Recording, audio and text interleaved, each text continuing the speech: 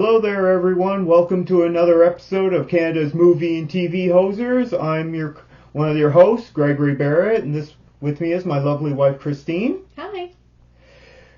We just did an episode a couple days ago where we mostly talked about the news. So this episode's going to be news light, but heavy on reviews, and there's been a bunch of stuff that has come out, so we've been able to see some of that.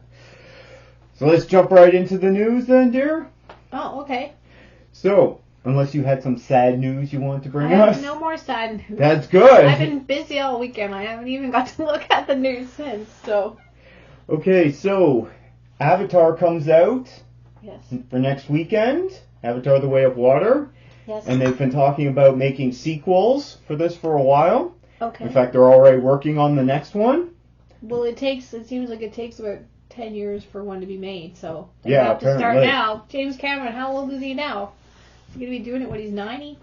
I don't know, that guy just doesn't stop. But he currently has plans to make 5 Avatars right now. I'd say he has a legacy plan. I guess. That's my guesstimation. It takes so long to Anyway, make one of these movies. Screen Rant, okay? I found this on Screen Rant that they were talking to one of the producers for the movies. Okay. And he was revealing how there's going to be details in Avatar 5 about the Na'vi would end up going to Earth. Like Battlestar Galactica. Do you want to hear the quote from the producer? Sure. On the, let's see if I can find it here.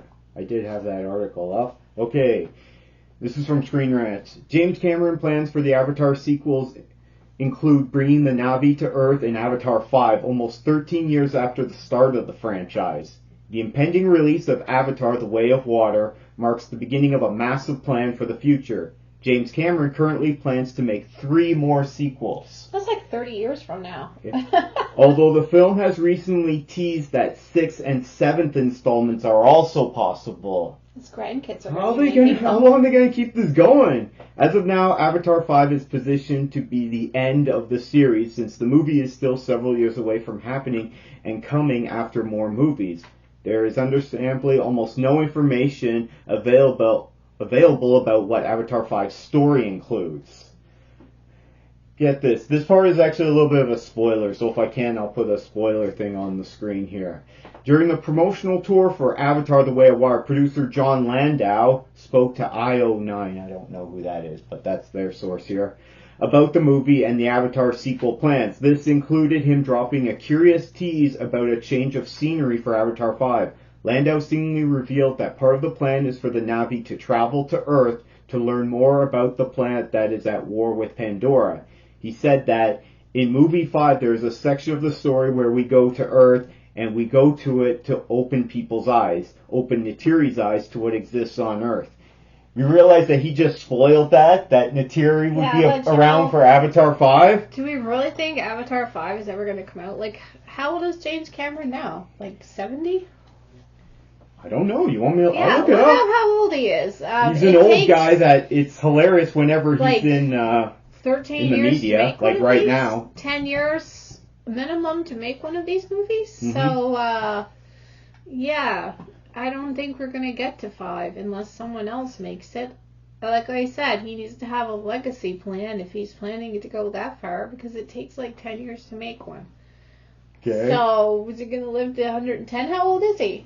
I think he's 68 or 78. Yeah, he's not 78, I don't think so. No, he's 68. So, he's going to live forever. Which is why this guy is always in the news saying really dumb things. Because he's a 68-year-old man. So, 70 and he number was 2, just saying 80 dumb things. number 3, 90 number 4, 100. When he's 100, he's going to make number 5 when they get to Earth. So, I don't know. We'll have to see. This guy's hilarious. He's got it already written out, and the storyboards are there, and everything. Well, apparently they spent all this time in the writing room, planning it and writing out all 5. Well, if it's all done, planning most of it out. 3 of them done in the So next apparently they've already shot the majority of the actors for the footage for the next one already. They're already mostly done shooting it. 3. Okay. Well, we'll see. But then you got, after they finish that, then you got, 2 years of visual effects work on it in post-production? It's been a long time for this other one. Anyway, I look forward to it. We're at least 2 years away from Avatar 3. We don't have spaceships or anything, though. Okay. So. Maybe 3 years, but minimum 2. So I don't think That that's is going to kinda be happening giving away. anytime Maybe soon. that was just... So, a little bit of a spoiler there, but we won't mention it again for people who tuned out for that. Maybe that's not... Maybe he was just joking. Who knows? I think he spoiled it. Why would you spoil it? Anyway. Anyway, are you excited for the 5 Avatar movies? Well, let's just get to the second one first, and then we'll work on the rest. That's how I like to look at things. At this point, I would say 5 is a bit too much to think about right now, but... So, our daughter is 14. The first one came out when she was first born. So, when she's... Maybe when she's... If this one is bad... If this one right now is 28, bad, then you're only going to get 3. He's going to be told to wrap it up because he won't get money for another one. Well, when he's... If this one bombs, which I don't think it will... 80. I mean, it depends on... A lot. Some people can be 80 and be doing a lot of things, but he just doesn't know. Is it Ridley Scott? Ridley Scott is older than him. Yeah, he's much older than him. People can still make films, of course, but it just depends, like, how your arthritis goes and your eyesight and your hearing and everything. Anyway, whatever, he's got it all planned out, great. As long as he's got a team that's willing to forge ahead without him. Or from him on the sidelines. Anyway. Well, Ridley Scott is 95? What? Is he? Born in 1937? No, he's not that old there. That's his birthday, 1937. Okay, he's not that old. This guy's really old. He's not that old. Unless my math is Your terribly math off. is terrible. He is 4 years older than my mother. So, yeah. I won't say her age, but he's in his 80s. He's 85. Sorry, my math is off there. Your math is wrong. They're not giving you his actual age, they just give you his birthday. They're like, you figure it out. They're assuming everyone is math challenged. Okay. I'm looking forward to Avatar 5. I'm hoping this one and every other one is good. What do you guys think of Avatar? Let us know in the comments down below. Moving on to the next piece of news.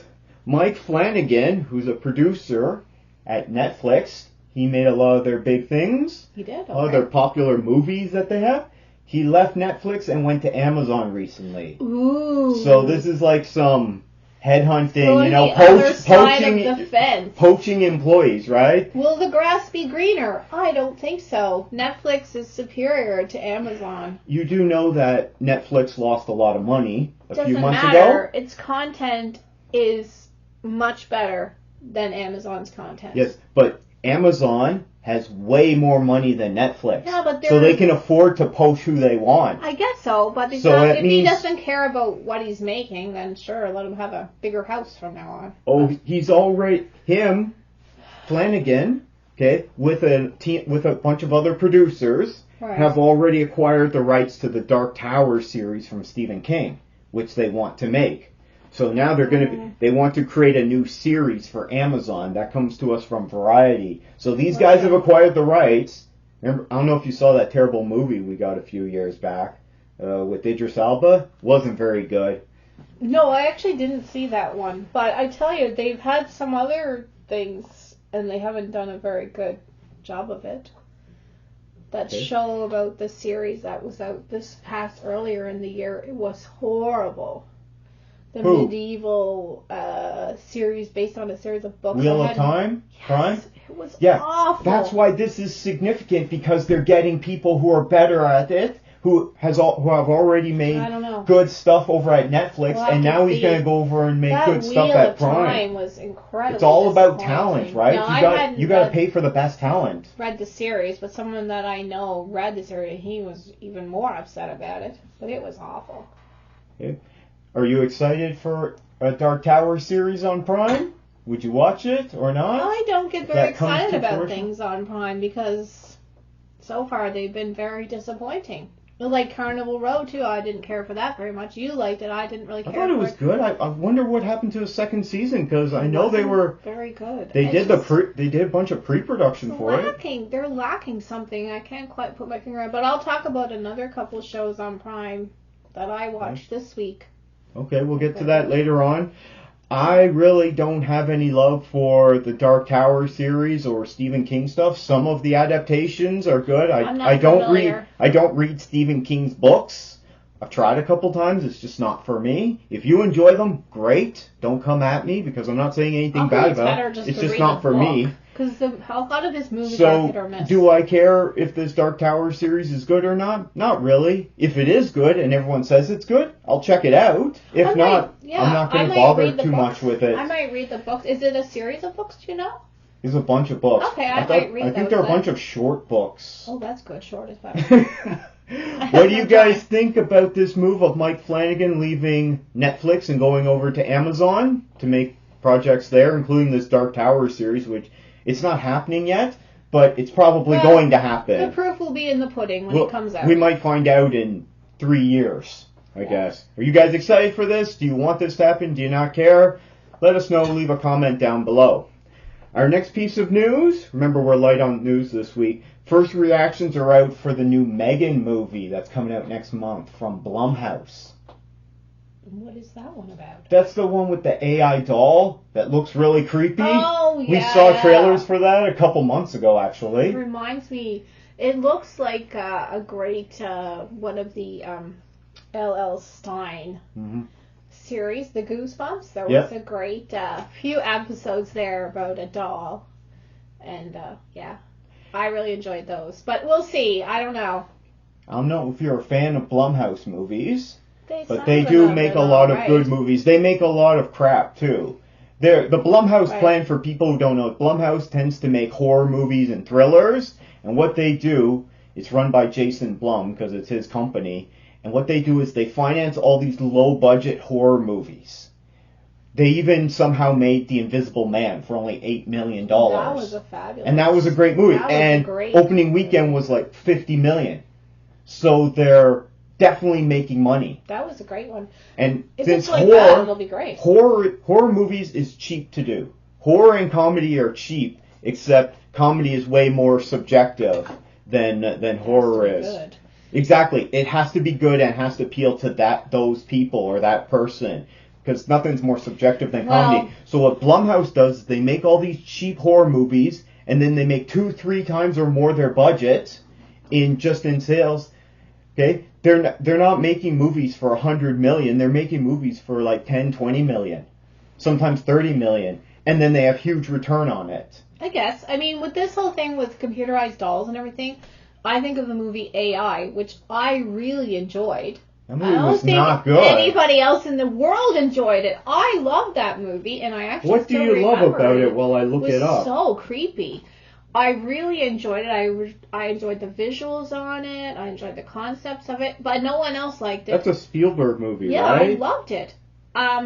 So if it's like that, people are very frightened of AI, and I think that's the issue. Well, AI, artificial intelligence from 2001. I loved that one. It was a long time. This movie's 21 years old? And it was fantastic. I don't know, no one else liked it. I think it's a Spielberg movie. It was. It was beautiful. It was because Stanley Kubrick gave it to him. He couldn't finish it, so he asked him to do it. I loved it. Anyway, I thought it was great. Yeah, people Steven Spielberg. are very uncomfortable. Kathleen Kennedy was a producer on it. With computer. What's the rating of it? 75% critic rating on Rotten Tomatoes for AI and 64% audience score. So I tried to. It's a bit mixed. I tried critics to watch like it, but audiences are mixed on it. I tried to watch it recently with her daughter, but I couldn't find it anywhere. So I showed her a synopsis. There was like a synopsis of it on YouTube. It was like, she thought that was great. Now she is always afraid of robots taking over. But I thought it was great. I'm not a fan of AI, so you think Meghan is going to be like AI? Hopefully it's like AI mixed with that L.L. Stein type of crew. We'll see. So, getting back to it, the first reactions for it are out. Yes. And they're very good.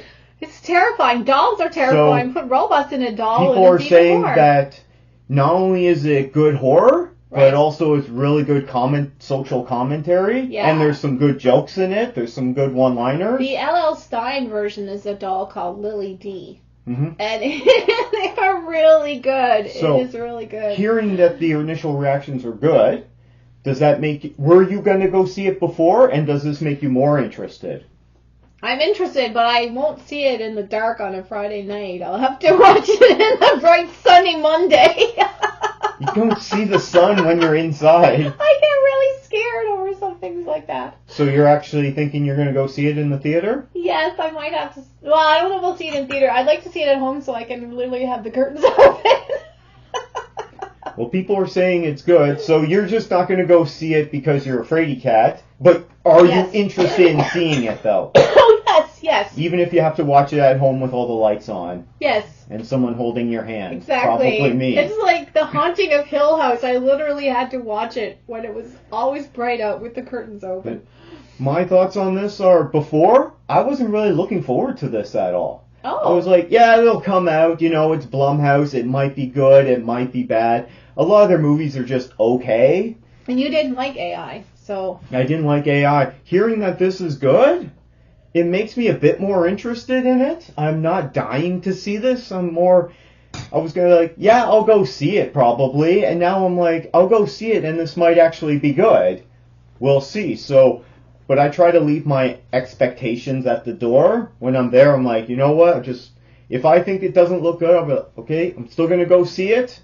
Maybe it's really good and I'll have a good time. And then I try to go into it with an open mind. Because if I go into it with, I'm like, this is going to suck, I'm more than likely going to be like, yeah, this sucked, even if it was just okay. I think it's going to be terrifying. Whereas, although I have had movies where I went in and I was like, this is going to be boring, and then it turns out to be really good. Right. And then I'm like, yeah, this was actually pretty good. Those robot dolls can be very terrifying. You remember our daughter got a knockoff Furby. And we didn't know it was a knockoff. And he had like 2 personalities. And he swore. And you ended up putting him out in the back entry because he was creeping us out.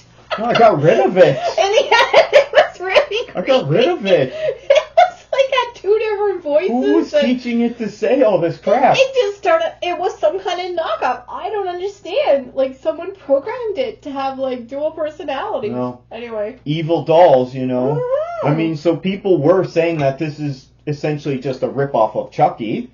Well, no, Chucky is... However, this show seems to be finding its own voice and differentiating itself so that people aren't saying this is a Chucky ripoff. Chucky if all is the great. reviews are good. Yeah. You see, here's the thing. It may be a ripoff of Chucky or something else I similar, don't know.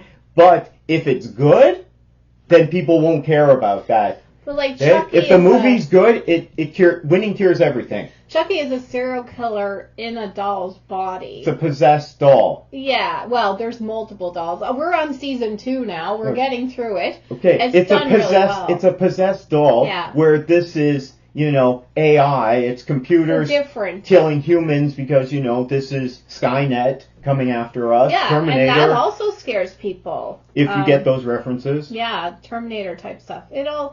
It's scary stuff, really, because we could see it happening. So, that's why. I'm a little bit more interested in going to see it. Christine's interested, but is too afraid to go. Exactly. What are you guys going to do? Are you too afraid to go, or do you just not care about thriller movies and you don't bother to go see them? Are you really excited about it? Let us know in the comments down below.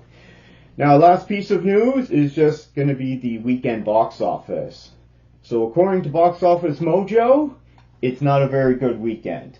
I'm not going to read off the numbers, but I'll read off what the top 5 are, unless people really want to know what the numbers are. Violet Knight is doing the best. In which case, leave a comment and then I'll go back to reading them off. So number 1 this past weekend was Black Panther: Wakanda Forever. Mm-hmm. Not a big box office though. Violent Night, which we saw, so people are still enjoying it. It's fun. It's not going to blow you away. You're not going to be watching it every Christmas. Oh gosh, no. But you're going to have fun if you go see it. Some people might watch every Christmas. Strange World from Pixar is number 3. It's not doing very well. It's not doing good. It's been bombing. Then we got The Menu. Which we enjoyed. It's been out for a month now. Didn't that come out in October? It was a while ago we went to see it. So it's still in the top 5. That's great. I thought it was a great movie.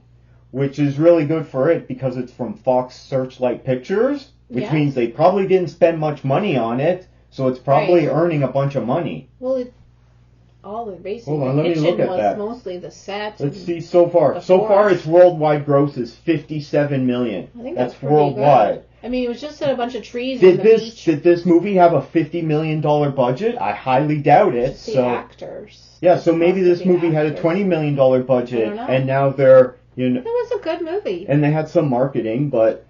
I think it'll have a cult following as well, especially for anybody in the restaurant business. I think it'll stick out.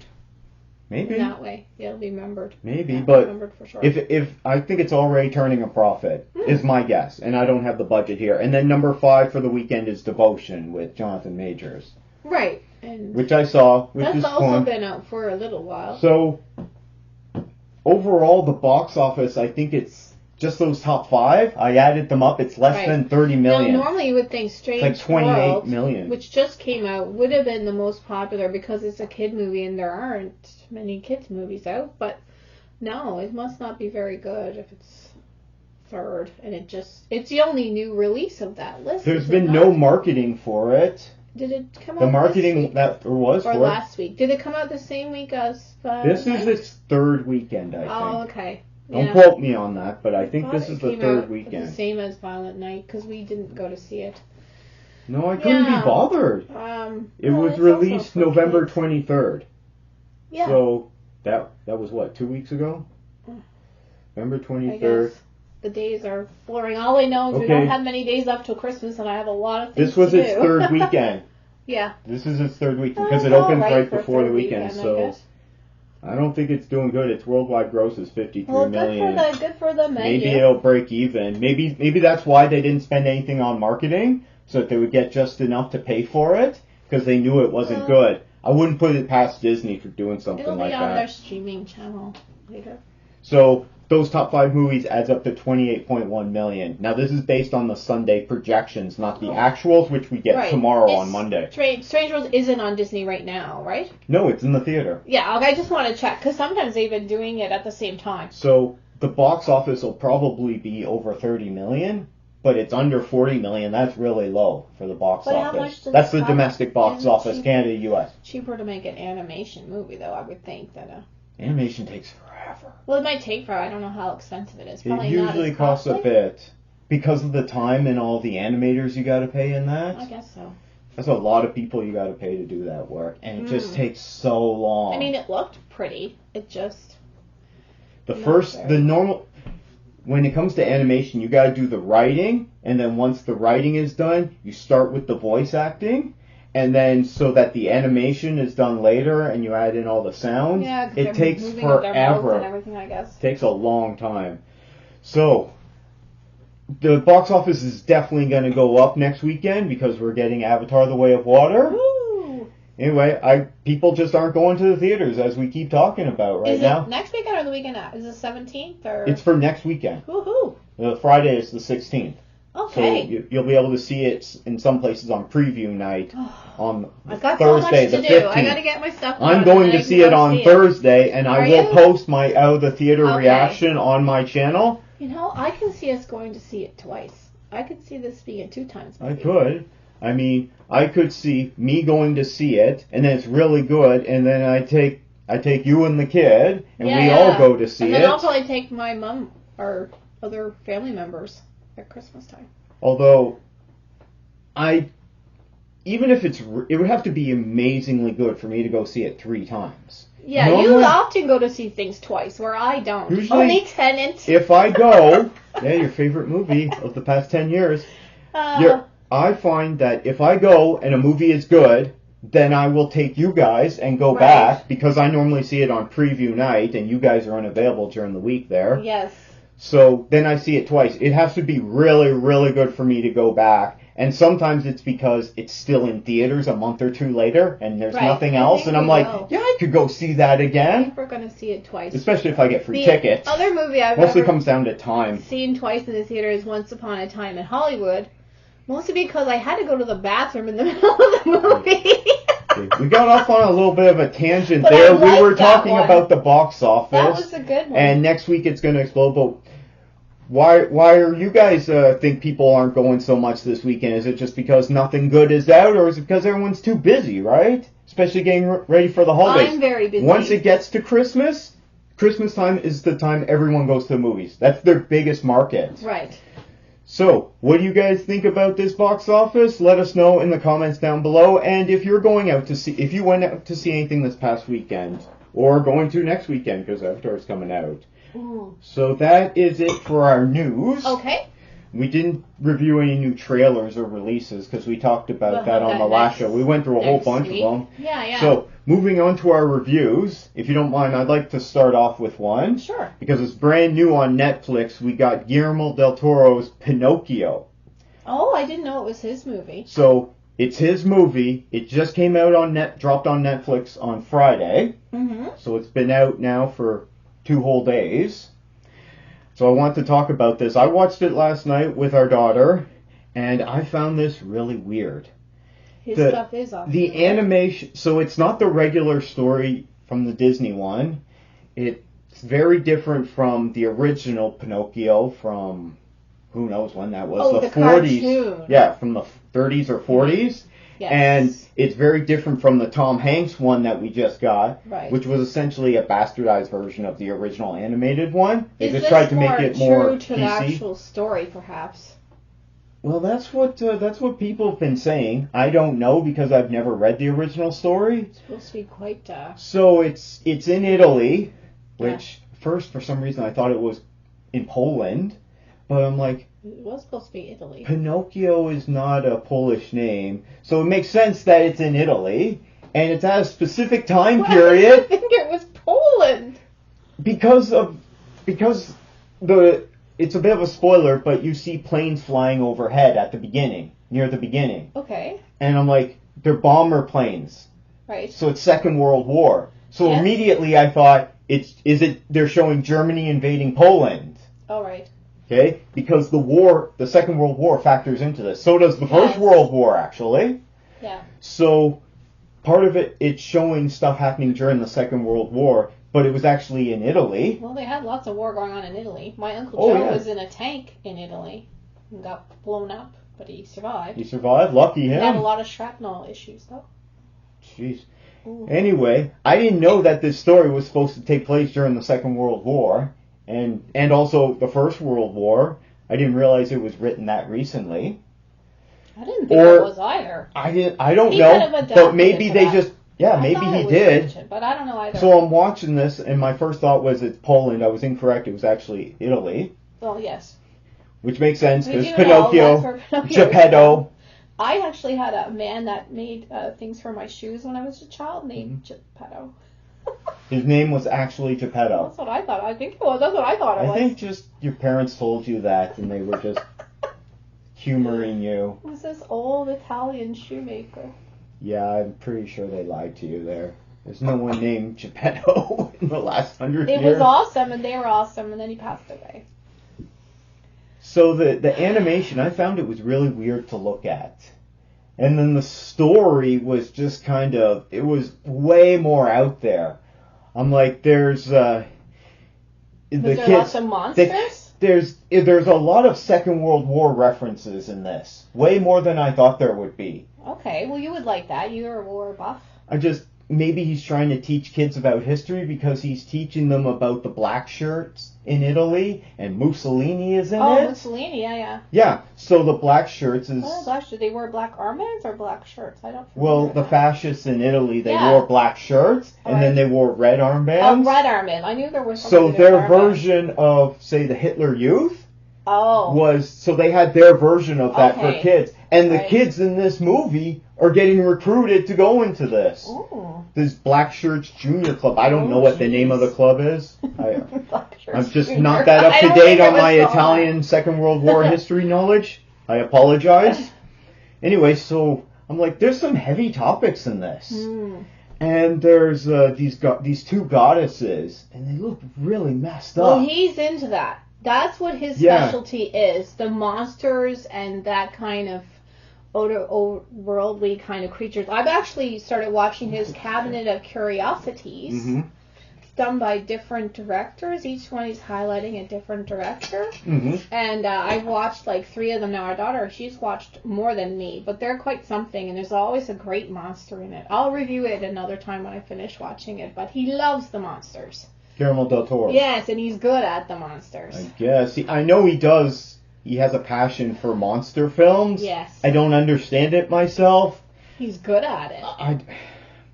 I guess. I don't think a lot of his movies are great. Some Maybe are really you're not good. into monsters that much. Maybe. I mean, didn't he make a Blade movie? Didn't he make Blade 2? I don't know. I think that's his, because that's a really good one. That's a vampire movie, right? It's a Ah. vampire monster I movie. like the movies that he's made, because I do enjoy his monsters. They're very But scary. I didn't enjoy The Shape of Water. Yeah, I know. I you didn't like enjoy that. Pacific Rim. I didn't see Pacific. I mean, the first one, I know he directed that. I know people really like these movies, but none of them worked for me. So I'm watching this Guillermo del Toro Pinocchio, and as I'm watching it, I'm thinking, is this made for kids? So we were watching it. We actually looked it up. It's rated PG. Right. But it just deals with heavier topics than I normally see in kids' movies, because kids' movies are so watered down of stuff right. now. He's done Hellboy, which was fantastic. Yeah, I know he did. Didn't and he do both? Pan's Labyrinth. Labyrinth. Never saw it. I own it, actually. Mhm. That one's fantastical. You Yeah, didn't he like did Hellboy and Hellboy 2. I like Nightmare Pacific Alley. Rim, You didn't I didn't like care it. for. Book of Life. Scary Stories. Is really good. Yeah, he was the producer on that. I didn't like that. Orphanage. But Hellboy, the way that those monsters were great. I know you didn't like The Shape of Water. I didn't see it. But No, he's made maybe some that's great why I things. didn't really enjoy this film. That because really put you off, that Shape of Water. I don't. His style of film, while he's really popular, it doesn't seem to work for me. Most of the time Right. I'm watching, I'm like, I don't really enjoy it. Now, he's had some ones that I do enjoy. You like that? Blade 2. Yeah. I'm pretty sure that was him. Didn't say on there, but I don't know. basically, Let me look it up. I find that his stuff that I would never think of it. That's what I find. That's why I like it. I find his stuff refreshing, like the monsters that he comes up with. Mhm. I could never come up with that. Blade It wouldn't 2 be has hit. something that I had ever would thought of. And I don't. You're not really into Yeah, that. it's Guillermo del Toro. I was right. He Okay. directed Blade 2, This, which has a 57% critic rating. It's rotten. Oh. I don't I like enjoyed it. those. I don't find the Rotten Tomatoes is so great. No, I haven't watched that movie in a long time. I give Rotten Tomatoes So maybe a 57%. that's why, because I'm not really a Guillermo del Toro, except for his Blade 2, I'm kind of already not really enjoying his style, and this weird Right, animation It's not your thing. with these concepts that you don't normally find in a kids movie. You don't get Right. them teaching about, His dark concepts are very histories. strange, and that's why I find I would never come up with it, but I do find it fascinating. I do like to he's letting us into a different world, I find, in most of his movies. Mhm. So I just go with it, right? So You're I would have to don't give like this go with movie it. a worst movie ever. Oh. Because it didn't work for But me. it looked beautiful. I saw 2 minutes of it when I was doing It laundry. it's It really looked well beautiful. made. I didn't care for the songs. They were weird and creepy, I His found. stuff is weird and creepy.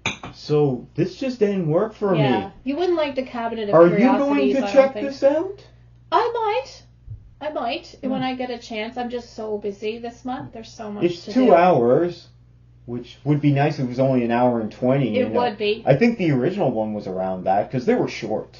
I just suffered through 3 hours of something else that I'm going to talk about in a minute. So I think I'm kind of like, I'm off the TV for the next week because I had to suffer through that. Every time I had a Okay. break, I watched it, and then I didn't want to have breaks anymore. That's why I've been working so hard, because breaks have become Okay, terrible. we'll move it along then so that we're not holding you up. What did you guys think of this Pinocchio movie from Guillermo del Toro on Netflix? Did you check it out? Are you going to after my not-so-good review of it? Let us know in the comments down below. I think if you like Pan's Labyrinth. I never saw it. Oh, I also So let's do. move I own on it. to, since I did a review, did Yeah. you want to do one together? Or do you want you take the next one? And then we'll do one okay, together. well, I'm just... I need a break in my voice. Unfortunately, like I just said, all my breaks, I've been trying to get through Harry and Meghan.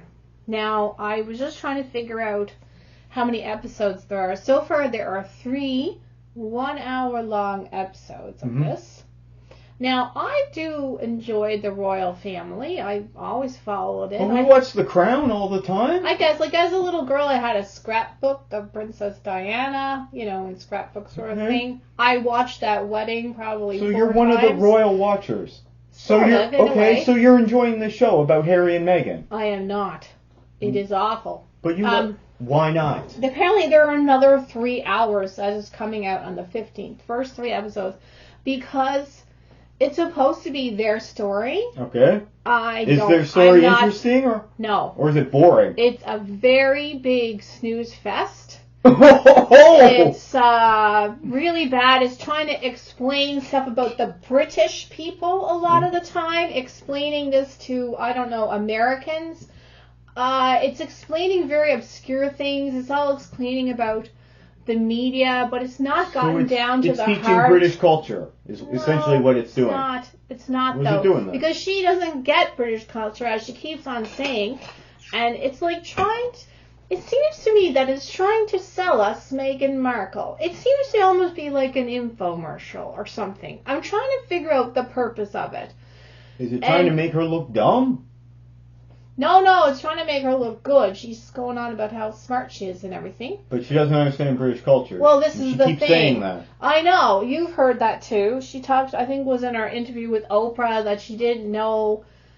You mean our interview with Oprah? No. In the interview with Oprah, you've heard of it, where she kind of didn't seem to know the rules.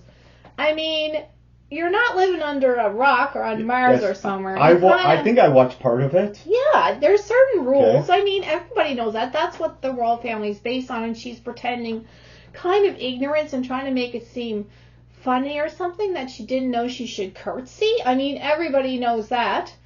And just stuff like that. I'm not buying it. She describes herself as very intelligent and very worldly, but yet she doesn't know these major things. And she was going out with the fella for a while. Before she met the royal family, she could at least Google it. So you're saying that this series is trying to make Meghan look good, but instead she looks really dumb.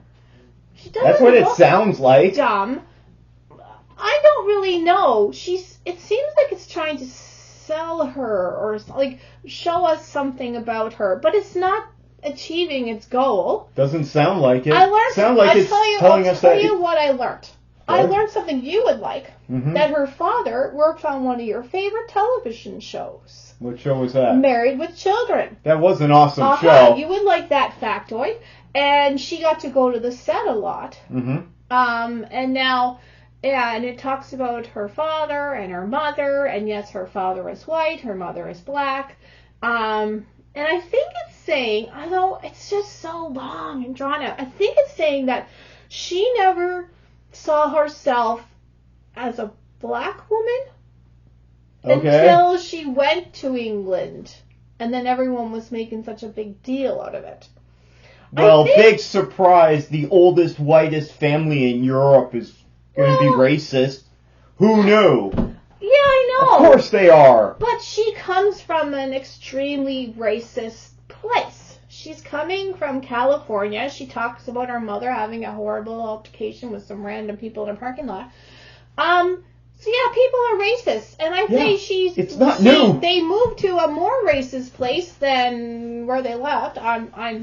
I would say. Well, I would say California is much more multicultural. No, but they have all these beatings of black guys by cops. It's not a non-racist place. Okay. Yes, I understand there's problems. So they haven't explained yet. That wasn't my point. They haven't explained yet why they left, and if it's because they didn't want to be in a racist place, well, that's not cutting the mustard. Of course, there's racism in California. And of course, there's racism. It's more multicultural in much more multicultural place in California than it is over there in England. No, England is very multicultural. They have a problem with it sometimes. In London, yeah. Well, that's where they would be. Anyway, exactly. I'm not buying it. It's long, it's drawn out, it's trying to explain these obscure things about the media. They're so concerned about a media outlet like the National Enquirer. what they said about Meghan. Now, doesn't the National Enquirer talk about It's a tabloid. women that have babies from aliens with 6 eyes? Like, is that not the one I'm thinking about? And they're putting a lot of... I can't comment on what tabloid newspapers report, but a lot of emphasis on they print some weird stuff. I don't read them myself. I mean, there was racist stuff that the tabloids in England printed about her when she first came on the scene. Do they really care about these rags? I mean, and in the end of things, like, print media is in the toilet right now. It's not really that important. They're putting a lot of emphasis on that, but those are just rags. I mean, really, do people really believe them? Yes, there are racist people in England. There are racist people everywhere. Yes. You sound really upset about this show. Well... Why are you so upset about it? Because it's making us look... It's trying to explain things that we already know. It's putting emphasis where it doesn't belong. And you said it's boring. Yeah, so far, something that they have not mentioned, they talk about an American actress. They keep on talking about an American actress coming to the royal family. Now, have we seen that before? Maybe. Have we? I think so. Who was there before her and caused a whole big problem? Her name was Wallis Simpson. It caused a big problem. Caused the royal family to have big problems and abdication. That is not once mentioned. You're referring to the abdication of Edward the Seventh. There's a lot of... That was not mentioned. It's not. There's a lot of people that wouldn't know that, dear. Yeah, I can't remember those things all the time about the royal family. When I think of British actresses, or American actresses, going with the royal family, I don't think about race or color. I think of that right there. That was very recent in the family. Okay. The Queen had to go through it. It changed her life forever. Mm-hmm. This is not mentioned once in the documentary. They do talk about her being an American actress and all this kind of stuff, but they never allude to that. So it's just dumb. You seem upset that they're trying to hide the fact that the royal family is racist, and they're not saying the royal family is racist. Yeah, they're not saying anything so far. You seem upset that they're not drawing light to that. I don't know if they are, because they haven't said anything to that effect. They said the Queen has a cousin, some Kent person or whatever. I'm not familiar with her, but her father was in the SS apparently, and she wore this pin of a black man. It's called the Blackamoor pin or something to some brunch with her in it. The point. And what is the point of this? That's the only thing that they've said so far in this whole documentary about the royal family being racist. Is some obscure cousin of the Queen wore this brooch of a black man, which is considered a racist brooch these days, to a dinner when Meghan, or a brunch or something, when Meghan first was introduced to the family. Now this person, somebody of Kent, has done things like this before. So someone's being a racist dick there in the royal family. They don't go into it in much detail. I know, really it's a horrible 3 hours. That's all I can say. This does sound terrible. It's all about trying to convince people that the royal family is not racist, or just not allude to it. It's not saying I don't want to watch something like this. This is terrible. Like, I expected it to say they were or were not racist. They keep on saying that Harry was racist. This is another thing. They keep on saying that Harry was racist. He was. And now this is what they're saying. Now he's different. Yes. That's also a weird way to say things, because apparently, like, Trudeau went in blackface to a party in his university days. Well, Harry apparently dressed as a Nazi. Yeah, that was big news back in the day. I didn't see it. I must have been. I remember that. I must have been in school. I didn't care. The media. Well, so now he has apologized for that. So really, of all the royal family, he appears to be the most racist. Anyway, I don't know where it's going. It's all over the place. Do they remember Edward the Seventh? They never talk about... He was a Nazi supporter. Yes, they never have mentioned That's why he had to abdicate. One of the reasons. It seems like they keep on putting a lot of Diana in there. They're trying to say that Meghan is like Diana. He thinks she's like Diana. Now, I don't know her personally. Didn't know Diana personally, but I don't see a lot of Similarities, I do see similarities with Wallace Simpson, however, which has not been mentioned. Are you going to continue watching this series that you clearly are upset about? You're going to invest another 3 hours of your time. I watched 3 hours of it so I can talk about it. So you're going to tap out? Yes, I've really suffered through it. Put it that way. Well, I would have given it up halfway through the first episode. I did it for the show. I wanted to see if it was actually going to get to some kind of point. It hasn't. It's really poorly done. It sounds terrible. It is. I just looked on the review that has it's a terrible subject. 47%, 2 stars out of 5, and people just started watching it. I mean, people are watching it that are fans of the royal family. These are not people. It shows people being welcoming to her. It talks about what clothing she wants to wear. It's just a lot about her, not a lot about their family. 46% critic rating and 12% audience score. This is bad. I'm telling you, it's bad. I'm telling you, it's really bad. I would have liked to have seen their interactions as a family with the children. These are the kind of things I would have liked to have seen. Get a better sense of them as a person. I did learn more about Harry and his travels to Botswana. This is a documentary. Which were interesting. It's a stylized documentary. So really, they did a bad job. They took the wrong approach with this documentary. They're in control of the documentary. It's like an infomercial documentary. Okay, so this is just fake news. This is them putting out their narrative. No, guys, we're not racist. Well, they we're keep not on dumb. saying they're telling their stories. We're amazing.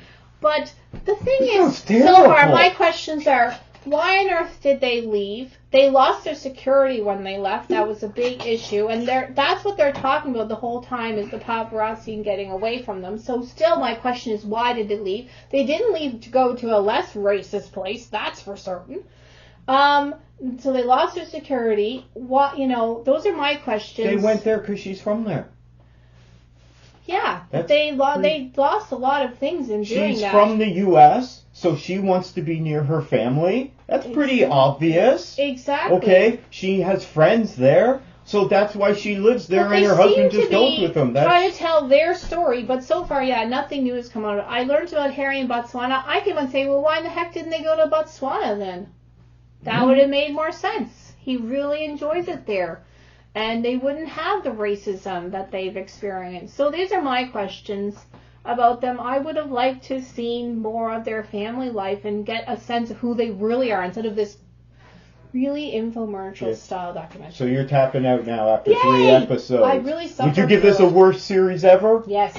Worst series ever on Netflix. Because I was looking Harry and forward to Meghan. I can't comment because I haven't seen any of it or even a trailer. From what Christina's told me, this sounds terrible. If it's all about racism, maybe there I want to watch something about that. Racist people in the royal family, but they certainly aren't going there. They're just not talking. But they talk about the British Empire. My opinion on the royal family doesn't matter. However, what do you guys think about this? Or have any of you watched this? Are you going to continue watching this? Did you check it out and then tap out early?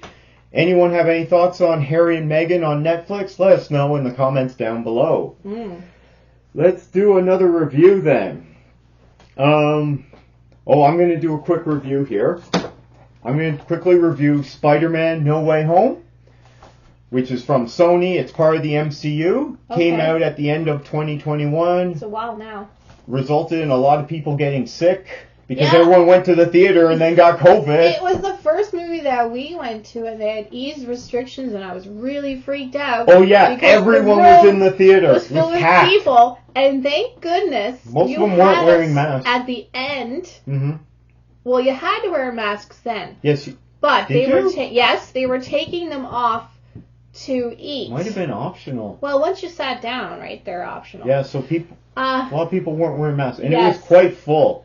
And it was a bit of a nightmare. I remember I got nachos and I put all my napkins on top of the nachos because I didn't want anyone to cough on them. I'd forgotten about that. It really freaked me out. I think it was IMAX that I took us to. It was prior to that. There was like 10 people in the theater This is a movie that I had gone to see. And then, because I saw it preview night. And then I took you guys to see it probably on the weekend. The same weekend because it was that good. It was the first time that they let everybody go to the movies without spacing, and I was freaked out. The great thing about the audience get used to it again. was that everybody was clapping when they saw their favorite Spider-Man, and it was great to.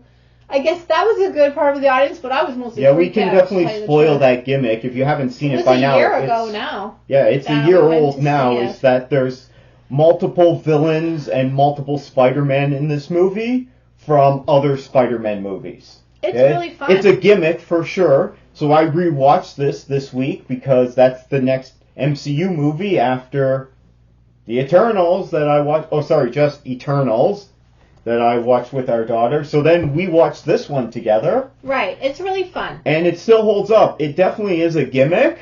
However, as long as Hollywood doesn't keep doing this over and over and over again until it gets ridiculous. Maybe in the new animated one that's coming out, that's the next Spider-Man, they could have that. I just don't want to see this gimmick run into the ground. Because then everyone's going to start doing it. So there have been some good they're going to bring Spider-Man. some other Spider-Man. There's been rumors they're going to be in the new Across the Spider-Verse movie coming out in June. Just it's animation, but they would be doing their voice acting.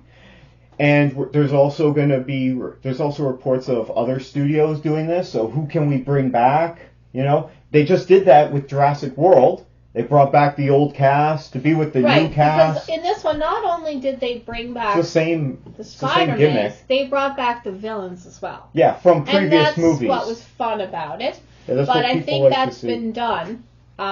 We got to see. I'm just gonna spoil it anyway. We got to see Alfred Molina again as Doc Ock. Yes. We got to see William Dafoe back as the Green Goblin. And he's terrific. We got to see Thomas Hayden Church back as the Sandman. Yeah. What about the Lizard Man? Yeah, I can never remember his name. Yeah, he's in a lot of Ryers. He's Rice Davies. I can't pronounce his name very well. He was come back as a alligator. But we also got Jamie Foxx back as Electro. Yeah. What was the Lizard Man? I'm calling him Lizard Man, but he did have a name. Anyway, it was real fun, and I enjoyed it. I'm trying to find it here right now. Oh, he's not even in the cast. Anyway, he's not in the main cast apparently. He's a major actor. He's been in lots of things. Yeah, anyway, it was really fun. So, I recommend I watched it recently. It still holds up. Yep. I don't want to see this gimmick run into the ground with studios constantly bringing back. We're already seeing quite a bit of it in Jurassic World and in another Spider-Man movie we're getting. And then we know that the MCU is going to be doing that too, because eventually they're going to bring back Chris Evans as Captain America. Eventually they're going to bring back Robert Downey Jr. as Iron Man, even if it's just an AI version of himself. Okay. They're always bringing people back. When it comes to comic book stories, no one's ever dead. They used to always say, no one ever stays dead except Bucky and Uncle Ben. Okay? Well, they brought back Bucky. Anyway, we always see other versions of Uncle Ben. Here he is. Dr. Curtis Connors is the name. And that's the lizard, but that's not the actor's name. I'm looking for the actor. It's not saying who the actor is. Nobody knows. Someone has deleted this guy's name from everything. Here it is. Reese Evans. Reese Ifans? I don't know how to pronounce his name. I think it's Rice Ifans. Reese. We're really sorry we butchered that name. He's in a lot of things. Yeah, he was just in that Kingsman movie, which wasn't very good. He was, so he was the lizard in the Amazing Spider-Man 1, which I maintain is still a good movie. I enjoyed that one. Amazing Spider-Man 2 with Andrew Garfield, not as much. What about the train? With the subway coins? Yeah, that was Amazing Spider-Man 2. That one was bad. Absolute garbage. Oh, man, such garbage. That is probably one of the worst movies of all time. You do know that once it came out and they had edited and changed everything, that the star, Andrew Garfield, came out and spoke against that movie? It was Didn't say good things about it. Don't watch it. When the star comes out and says bad things about his own movie... Now, this wasn't right away. This is like abandoned train he has special coins for, and the lizard man's down there. Oh my god. Who came up with that garbage? Who came up with that nonsense? Really bad. And all the stuff about his parents, they just kept doing more with it. It was awful. We weren't interested in the previous movie, so they bring them back for more garbage. It was just really bad. Just forget that one. Yeah. Skip it. However, Spider-Man No Way Home, this one's really good. That was fun. And the one before it was fun, too, when they go on the field trip. Far From Home. Yeah, that was. And before that was Homecoming. Cute. That one was fun as well. I don't remember that one. These are the 3 Spider-Man movies in the MCU starring Tom Holland. We can go back and watch it sometime. This one still holds up, and I definitely give it a best movie ever. So check out Spider-Man No Way Home. I got my 4K copy. Do you? Do you have a copy of this? Are you going to check this out? Have you seen it before? How many times have you seen it? Some people saw it a lot. This is the movie that got everyone to go back to the theaters. Well, that was a bad thing. And it's like the number 6 movie of all time now. Before that, I was totally enjoying the theater. There was like 10 people in a giant theater. I could just relax. And then I went to that one. I'm like, I'm claustrophobic now. Let us know what you think of Spider-Man No Way Home down in the comments below. But now we're going to review another one. But this one we did together. And this is Doctor Strange and the Multiverse of Madness, which is the next Marvel Cinematic Universe movie after Spider-Man. Because Doctor Strange is in Spider-Man No Way Home. Yes. That's not a spoiler. He was in the trailer. And now so then this leads right into his movie. To help people, they often put things like, they have things in the movie to kind of foreshadow the next movie. Often in the Marvel movies, often they're in the end scene. Yeah, a lot of it's just one continuous story. Okay? Sometimes. Think of it like the old serials from the 50s, right? You just go and you watch another chapter in the series. Because it's getting very tangly, and there's a lot going on. You can jump in and watch Doctor Strange and the Multiverse of Madness. Most of them, you don't have to see anything beforehand. You don't need to worry about that. How many movies there are or series. Some are not like that. I don't agree. You can just jump right in. Because I have jumped right in into this movie and not understood. This one is fine, but there's lots of other You missed something that was key, though. Yeah, but most of these movies, you can just jump right in and just. This one is fine. Go ahead. This one is fine. So I encourage you to watch this movie. This one was really good. It's not as good as Spider-Man No Way Home. It's not even in my top 10 MCU, but I had a fun time with it, and I enjoyed watching it again. Yeah. It leads right from Spider-Man No Way Home as well as WandaVision. Both those things lead right into this. Yes, but you should watch WandaVision. I would say it won't mean that much unless you watch WandaVision. I disagree. You could jump right in and watch this, and then you could always go back. You won't really get it. Anyway. Disagree. You don't have to understand everything. Doesn't need to explain everything. The problem with this movie, it's a problem I have a lot with the Marvel things, is just everybody is just too perfect in a lot of ways. They're comic book characters. Yeah.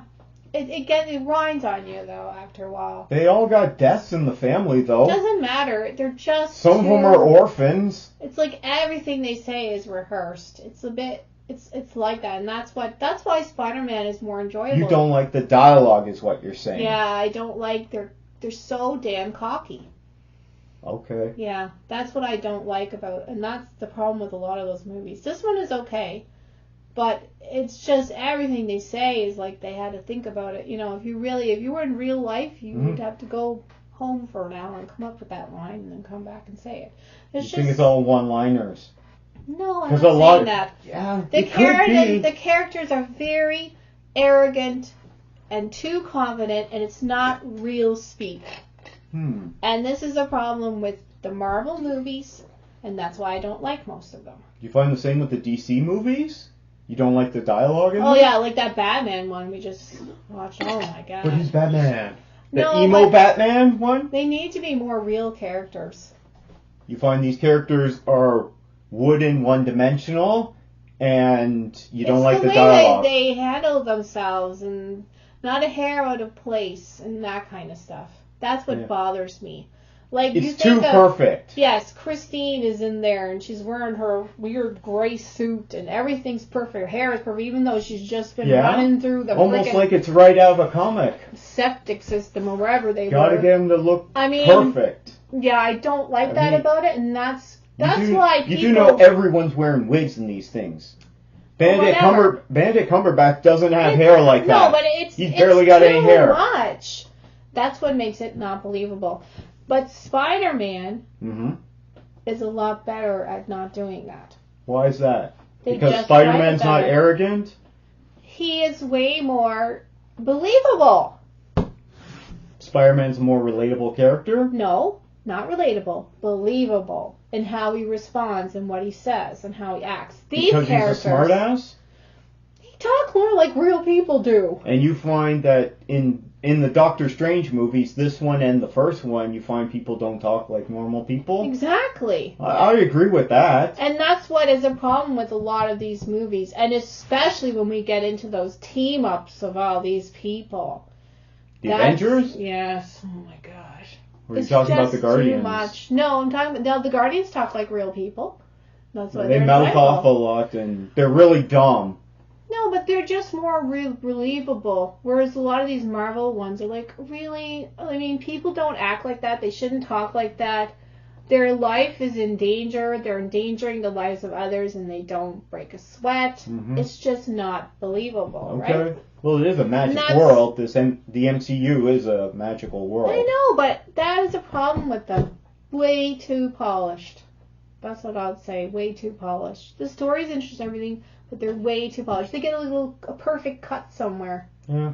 Right? It needs to be like on Survivor this season. This girl, or last season, You she find cut it her chin open. unrealistic. She cut her chin open, and she had this like giant like scar on her Whoa. chin, which was really hard to look at. I Well, felt these so are made bad for her. kids. No, you're You not. don't need to see people rip their faces open. Well, they should.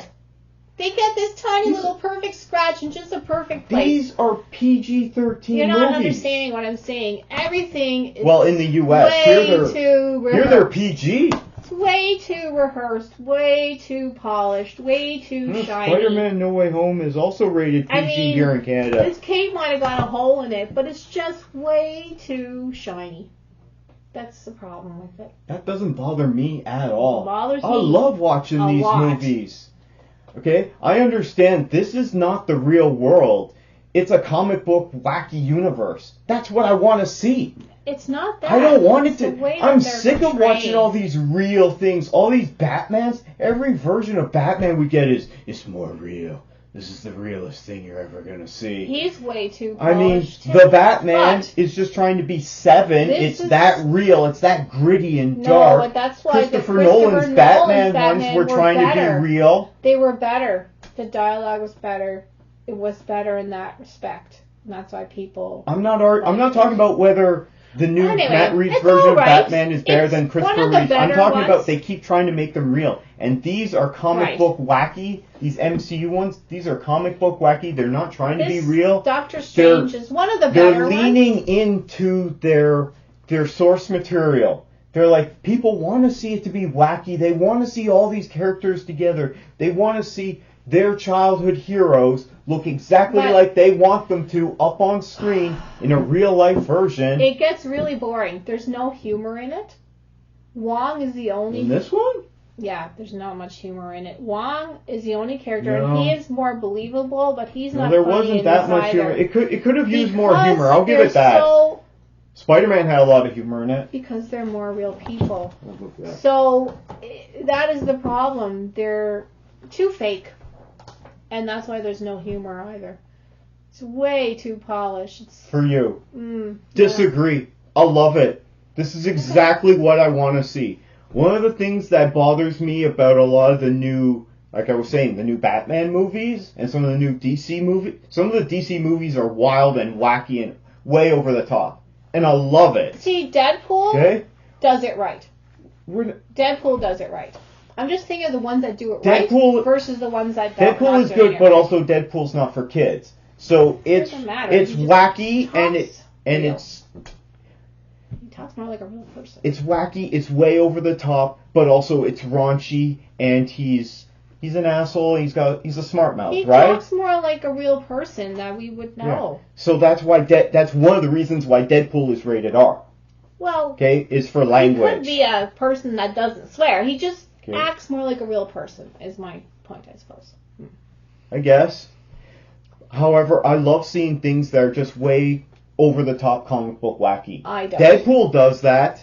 I was saying that the recent Batman movies that we have gotten don't do that, except for Lego Batman. That was clearly a comic book story, and it was great, and it was hilarious. And that's one of my favorite Batman movies, is the Lego Batman. I don't care if people say it shouldn't be funny. I think it's hilarious. Well, see, when they take themselves too seriously, that's why it's not funny. Doctor Strange is definitely way over the top. You know what? I'm not going to argue with that. That's but what I love it. With. I love it. It's great.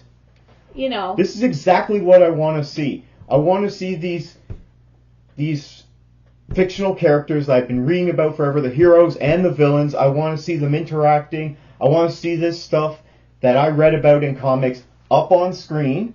Maybe it's because you have no nostalgia for it. The problem is, like, for example, in this film, this is what I want to see, and I love it. It's himself in other iterations that has caused all the problem. He should reflect and say, gee, I guess I am kind of a bit of an asshole, aren't I? No, he doesn't do that. Well, it's Doctor Strange. He doesn't do that. He's not known for being a nice guy. No, you're not getting it. Which is why he has that injury that's supposed to humble him. He can't. But he is way too arrogant. He can't take himself, like, he takes himself way too seriously. Mm-hmm. Always putting on a face. Even when, they tell him basically he has been responsible for the failure of the entire universes or whatever. It wasn't him, it was another version of him. Well, it doesn't matter. Why do you keep arguing with me on my review? I'm trying to give my review. I watched it too. I know, but you gave your review, and I'm trying to give mine, and you just keep arguing with me on my review. I'm just saying, if they inserted more humanity into the character, it would make it a lot funnier, a lot more entertaining, and a lot more believable. No, I can't deny that at all. They do play on his arrogance, and that's part of his character, but they could make him more realistic. I would enjoy that more. Exactly. Still, I'm enjoying this, and I love it. I give it a best movie ever. Here's some interesting news, actually. This past week was the People's Choice Awards. Okay. So that's fans voting on stuff. For Best Picture, People's Choice Award for 2022 is Doctor Strange and the Multiverse of Madness. That won Best Picture. And critics immediately dismissed it, saying this is dumb because... Say everything everywhere all at once. But not everyone saw it, right? Exactly. So what Whereas is this a big Marvel movie, people go see it. Did a lot of people go see the Batman? Yes, a lot did. But not as much as Doctor Strange. Because the Batman wasn't very good. And then maybe people didn't go see Thor: Love and Thunder. I would have thought with People's Choice Awards for 2022, it would be Top Gun Maverick, because that's the highest grossing movie of this year, worldwide and domestic. I didn't see it. Yeah, and domestically. And everyone just keeps going to see it. Thor: Love and Thunder was better than Doctor Strange. I'm a bit surprised that the People's Choice Award for Best Picture of this year was Doctor Strange, but I get it. I would say Thor: Love and Thunder. I enjoy it. For people that go to see these kind of movies, Thor: Love and Thunder was a lot more fun. And again, that's why they're fun, because Thor has problems. He acts more like a real guy, even though he's a god. He acts more like a real person. And that's why he's charming and believable. Anyway, I gave it a best movie ever. Apparently Christine hated it. It's for those movies. Did you give it a worst movie ever? No. I give it, like, if I'm looking at all the Marvel... best movie ever? Of all the Marvel movies, I give it like a 75 out of them. I'm just comparing them to the Marvel. That's still pretty good. For Marvel movies, yes. Yeah, I gave it a best movie ever because I really enjoyed it, and I'll definitely go back and watch it. I enjoy it more than the first Doctor Strange. What did you guys think of Doctor Strange and the Multiverse of Madness? Do you think it should be the People's Choice Award for Best Picture for 2022? Do you think it's going to get an Academy Award for that? I highly doubt it. I don't even think it'll get nominated. What do you guys think? Let us know down in the comments below. Did you want to do another review, or did you want to wrap it up? Well, I read a book that I really liked. Sure. Go ahead. I just deleted it there. You had it up there. Yeah, Wrong Place, Wrong Time by Gillian McAllister. Mm-hmm. This was a book, just came up on my Audible, said you should listen to this one, so I did. I had no real... Yeah, you're really enjoying those Audible books. I do, because I have time to listen to them. I don't have time to read, but when I'm doing things or driving, I can listen to them. Anyway, I really enjoyed this one. Perfect for doing two things at once, just like listening to a podcast. Right. This was very fast-paced. Mm-hmm. It was great. It's about a woman who's a lawyer. She has a almost fully grown up son. He's like 18. Okay. You don't need to give us all the details. Just give us the premise of the story. This is what it's about. It's about her family. It's her. She's a lawyer. She has a almost 18-year-old son, or he's just 18, and she has a husband who works like finishing houses and doing this. But she's a lawyer, so she's a professional. He is not. Mm-hmm. And he's very good to her. And it starts off right in the bat where she's looking out the window waiting for her son to come home. And a guy runs across the street at him. And she knows something bad is going to happen. She runs out. The husband runs out. It's too late. The son has stabbed the man. Okay. Her son has killed the man, not the other way around. So the man is dead, and they arrest her son. It's a murder story. But there's a change to it. This is all I'll say about it. The next morning, her son is in jail now. She wakes up. This horrible thing has happened to her son, and her son is in his room. Mm-hmm. She's gone back a day in time. Okay. Okay? So that's what it's about. It's very interesting, and what things that she discovers. And I won't say anything more because I don't want to spoil it. But I really recommend it. It's really fun. And who the man is that ran across the road. And she finds out a lot of things that she had no idea what was going on. It's a time travel murder mystery story. Mm-hmm. That's an interesting way of describing that. Oh, it's great. It's a great, great book. It'll keep you guessing the whole time. And sometimes you make conclusions and they're wrong. She makes the wrong conclusion. She basically didn't know anything about what was going on in her life. So there's a lot of red herrings. Lots of stuff. It's very fun. Okay. It's very fun. I totally recommend it. It'll keep you. You would even like it. You don't have to identify with the character because it's just very fun. Oh, okay. Great concept. It kept me like the whole time I wanted to listen to it. I was late for things because I was trying to listen to it. So technically that's science fiction then. Sort of science fiction. It's science fiction. It's time travel. Yeah. It's very interesting. And it also leads off with a little bit of a cliffhanger type of thing. Anyway, I totally enjoyed it. I recommend it for anyone. Sounds different. Really, it was. I don't know if I'll check that out. I'm currently reading something, so I can't comment.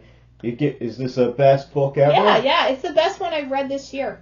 Best one this year? Okay. Yeah, best one this year. And I've gone through quite a few. This year? Yeah, I think it's new this year. What's the name of it again? Wrong Place, Wrong Time, Gillian McAllister. Okay. Are you going to check that out? Have you already read it? Let us know. Or heard the audiobook? Let us know in the comments down below. Probably we should wrap it up now, okay. I guess. So, please be sure to like and subscribe to this video and subscribe to our channel. That really helps us out. You can leave a comment down below on any of the things that we've talked about.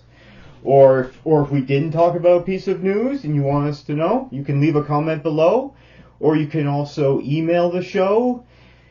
It's CanadaMovieTVHosers@gmail.com. I'll put that up on the screen, also in the description down below. You can follow the show on Twitter @CanadaHosers.